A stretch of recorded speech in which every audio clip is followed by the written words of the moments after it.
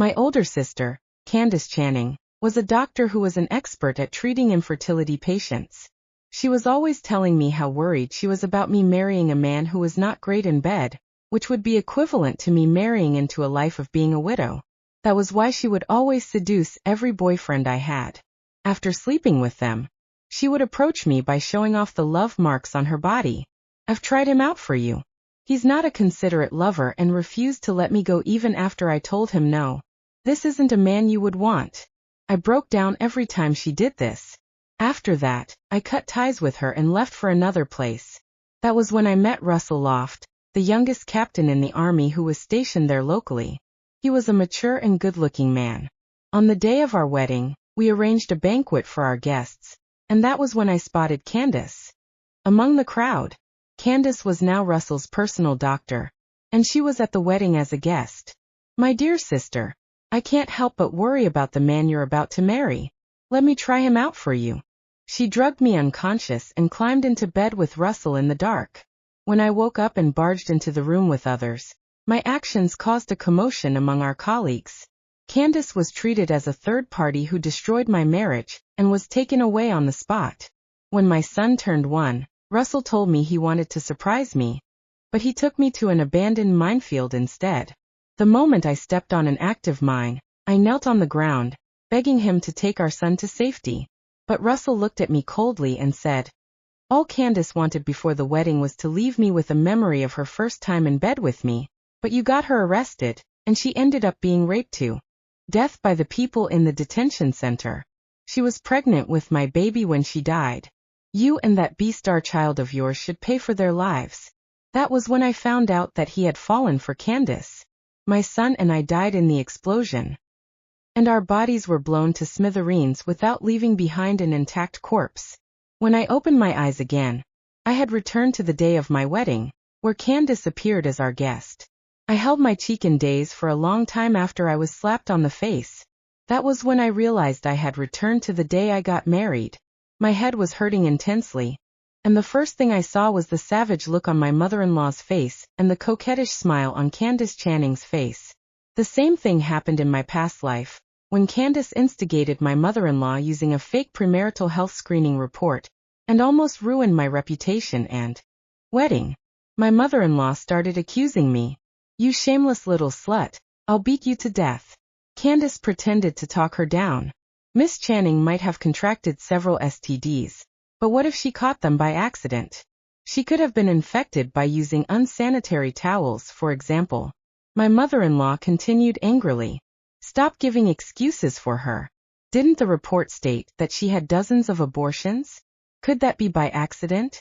Relatives who had come to congratulate us heard everything, and they looked at me with disdain and disgust. My gosh, can you believe it? Russell's department required a premarital health screening, and his fiancée was exposed as a promiscuous woman.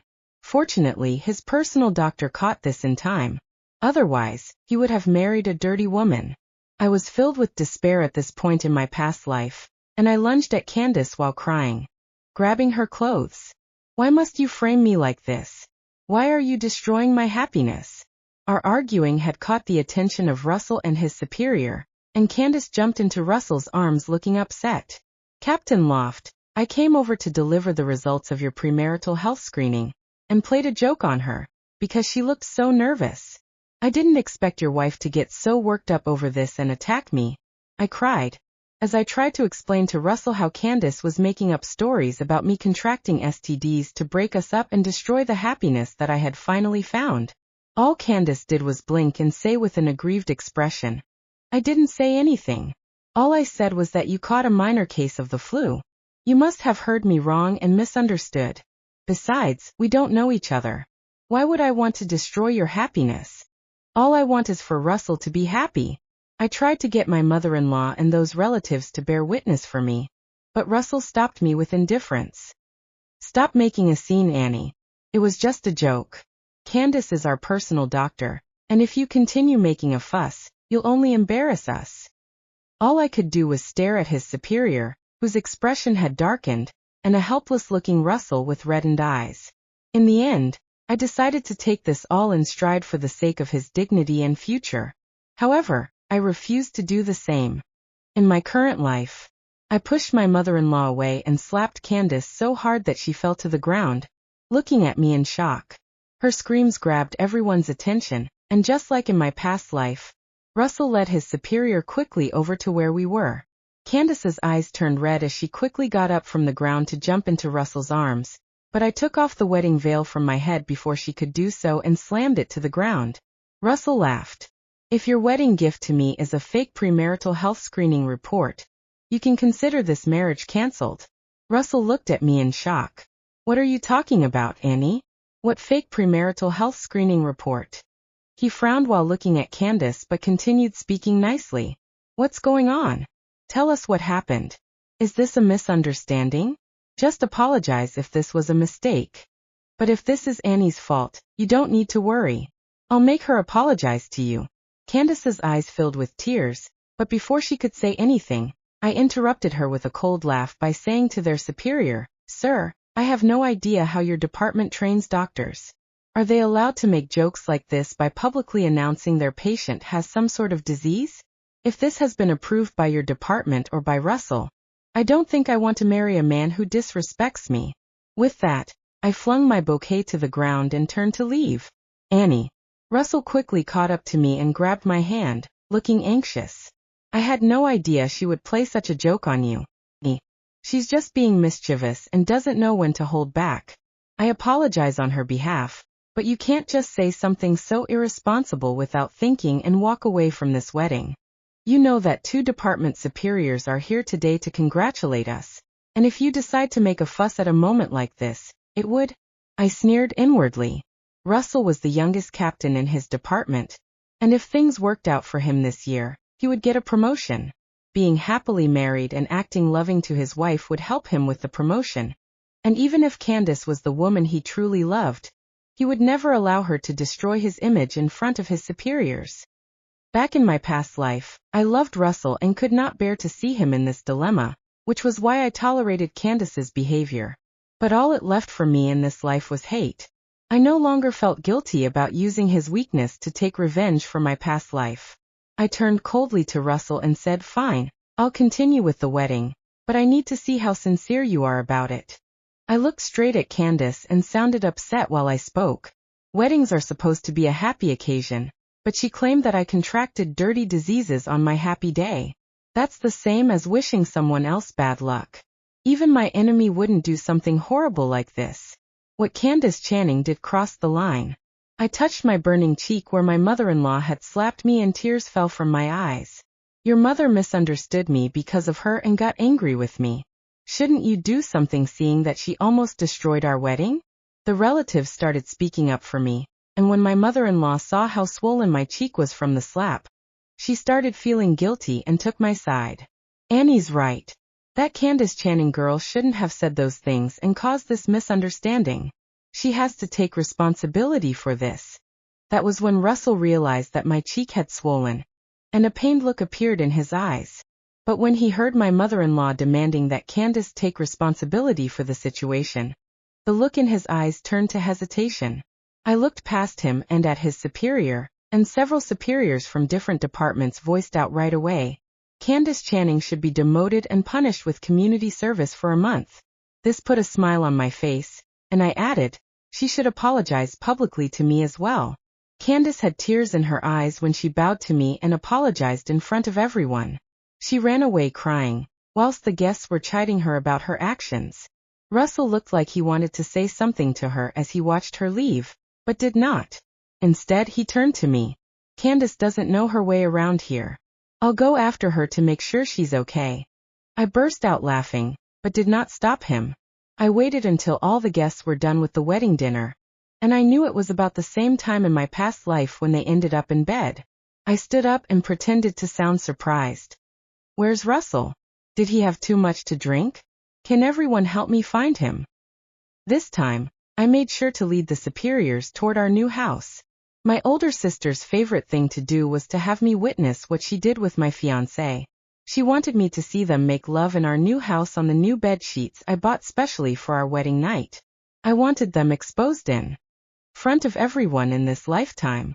Moaning could be heard coming from the bedroom, and I kicked the door open. However, the only person in the room was Russell, who was lying against the bed, looking back at us stoically. The drugged water that he was supposed to have drunk had spilled all over the ground. And Candace, who was also supposed to be in the room, was nowhere to be found. My mind went blank. If there's nothing else, we should be leaving.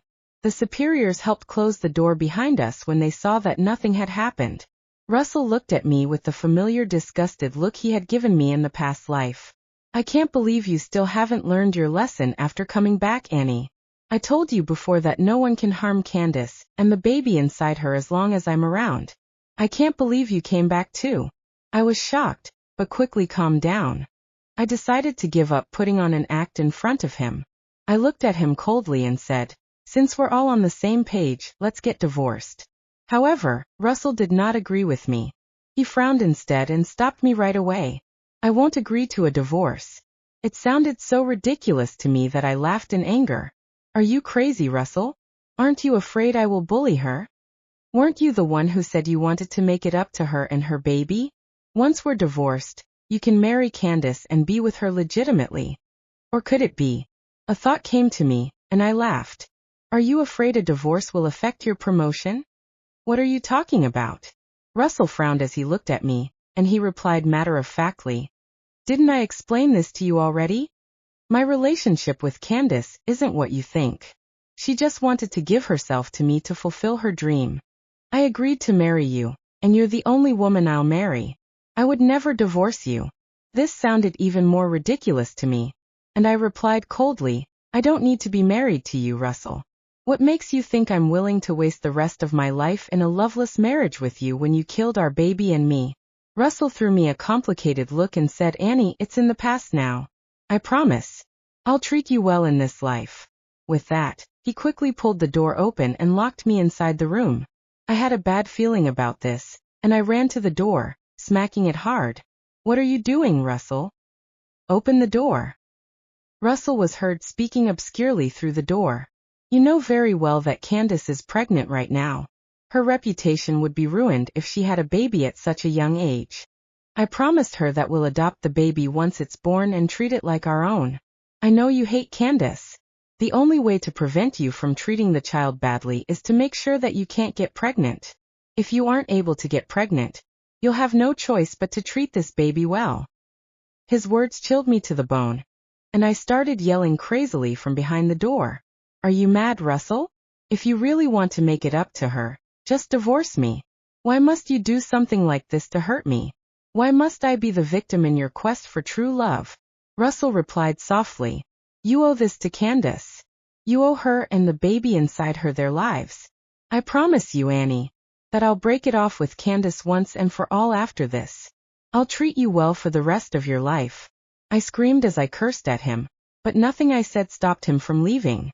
The door to my room was kicked open, and several lecherous-looking men entered. My eyes widened when I saw their faces.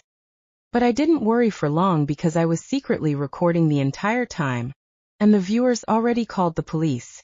The moment those men stepped into the room, one of them grinned and reached for the lock. Then sirens erupted outside. "WO! WO!" The men's expressions changed instantly. "What the hell? Police!" Before they could react, the front door downstairs was kicked open. "Police! Nobody move!" Heavy footsteps thundered through the house. The men panicked. "We've been set up. Run!" But it was already too late. Officers flooded the room and pinned every one of them to the floor. I collapsed against the wall, my entire body trembling. An officer hurried over. "Miss Channing, are you all right?" I nodded weakly. The livestream viewers had reported everything the moment they heard Russell's confession through the recording device hidden inside my wedding bouquet. And because I had quietly uploaded the stream to multiple platforms before confronting him, tens of thousands of people had already heard every word, including his superiors, including military investigators, including the entire city. Russell was arrested that night. When investigators listened to the recording, their faces turned darker and darker.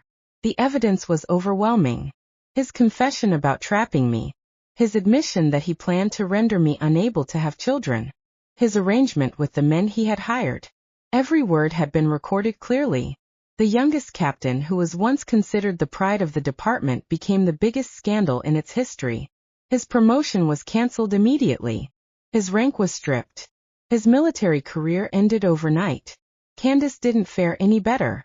When the investigators dug deeper, they discovered something shocking. The pregnancy wasn't even real. There was no baby, no medical records, no prenatal visits. Nothing. She had fabricated the entire story. The so-called child Russell had been trying to avenge had never existed. The moment that truth came out, public outrage exploded.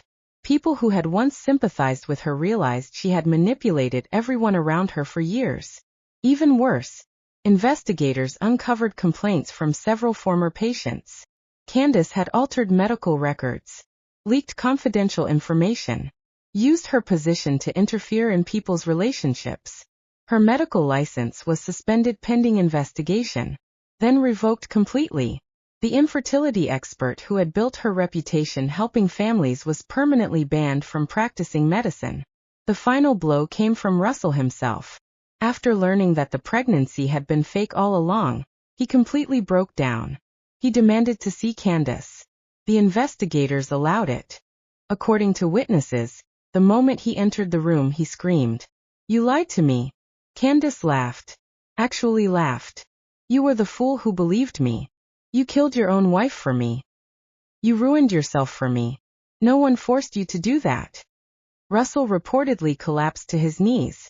Everything he had sacrificed, everything he had destroyed, everything had been for a lie. A month later, our divorce was finalized. I didn't take a single cent from him. I only wanted freedom. As I walked out of the courthouse, I felt lighter than I had in either lifetime. Behind me, Russell stood in handcuffs. His hair had turned noticeably gray. His eyes were hollow. "Annie," I stopped. For the first time since my rebirth, he looked genuinely remorseful. "I'm sorry." I looked at him quietly. Then I smiled. "Russell, in my last life, when our son begged you to save me, did you feel sorry then?" His face turned pale. I continued. "When I stood on that mine and begged for our child's life, did you feel sorry then?" Tears filled his eyes. But I felt nothing. Not anger. Not hatred. Not love. Nothing. The opposite of love isn't hate. It's indifference. I turned around and walked away without looking back. 3 years later, I opened my own company and built a successful career. The money that once would have gone toward supporting Russell's ambitions now went toward my own dreams. One afternoon, while leaving a meeting, I received news about both of them. Candace had lost every appeal. She spent her days doing odd jobs and living in a tiny rented room. Nobody trusted her anymore.